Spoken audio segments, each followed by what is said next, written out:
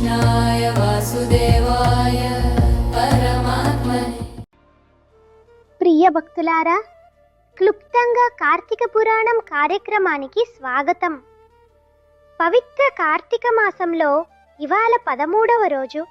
స్కాంద పురాణాంతర్గత కార్తీక పురాణ ఆధారంగా ఈ రోజు మనం 13వ అధ్యాయ వివరణ సంక్షిప్తంగా తెలుసుకుందాం. వశిష్ఠ మహర్షి గంభీరంగా జనకునితో ఇలా అన్నారు: రాజన్, కార్తీక మాసంలో పవిత్ర నదులలో స్నానం చేయడం అపార పుణ్యాన్ని ప్రసాదిస్తుంది. బీదబాలుడికి ఉపనయనం చేయడం ఇంకా గొప్ప విషయం. కానీ వాటన్నింటికంటే మించి ప్రకాశించే కర్మ కన్యాదానం. శుద్ధమైన మనస్సుతో కార్తీక మాసంలో కుమార్తెకు వివాహం చేసినచో అది ఆ తండ్రిని మాత్రమే కాదు, మొత్తం వంశాన్నే ఉద్ధరిస్తుంది. ఆ పుణ్యం అనేక యజ్ఞాలు తపస్సుల కన్నా మిన్న అయినది. ఈ సత్యాన్ని స్పష్టంగా తెలిపే ఒక కథను చెబుతాను, వినండి. ద్వాపర యుగంలో వంగదేశానికి సువీరుడు అనే రాజు ఉండేవాడు.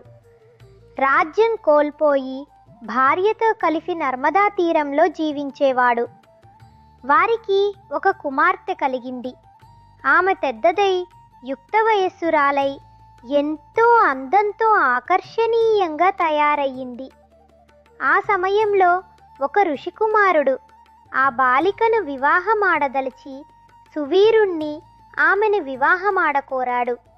కానీ సువీరుడు ధనాశకు లోనై తన దగ్గర వివాహం చెయ్యడానికి కూడా సరిపడా ధనం లేదు సరికదా. తమ కుటుంబం అంతా బీదరికంలో కొట్టుమిట్టాడుతోంది. అందుచేత వివాహం చెయ్యవలెనన్న ధనం కావాలని అడిగారు. ఆ యోగి కుమారుడు ధనాన్ని సంపాదించడానికి కుబేరుని కటాక్షాన్ని పొంది అపార సంపద సంపాదించి సువీరుని కోరిక తీర్చాడు. తరువాత అతడు ఆ యువతిని వివాహమాడాడు.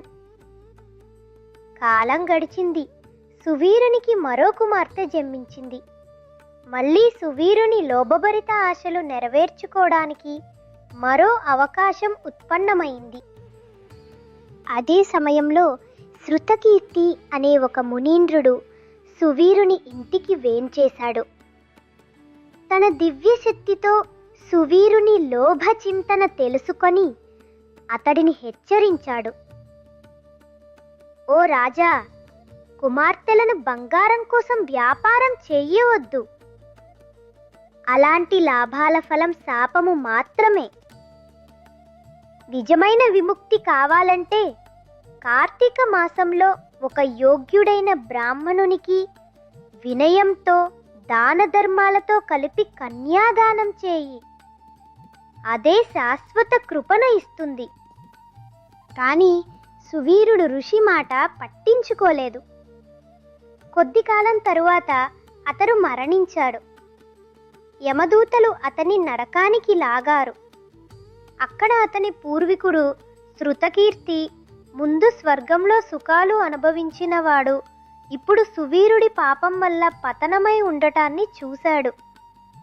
శృతకీర్తి ఎల్లప్పుడూ పుణ్య విధులే చేసినవాడై తాను ఎందుకు నరకమునకు చేరాడో తెలియక యమధర్మరాజుని ప్రాధేయపడి వివరమునడిగి విముక్తి కోరాడు.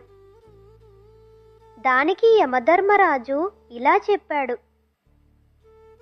సువీరుడి పాపం అతడి వంశకులనందరినీ పాపగ్రస్తులను చేసింది.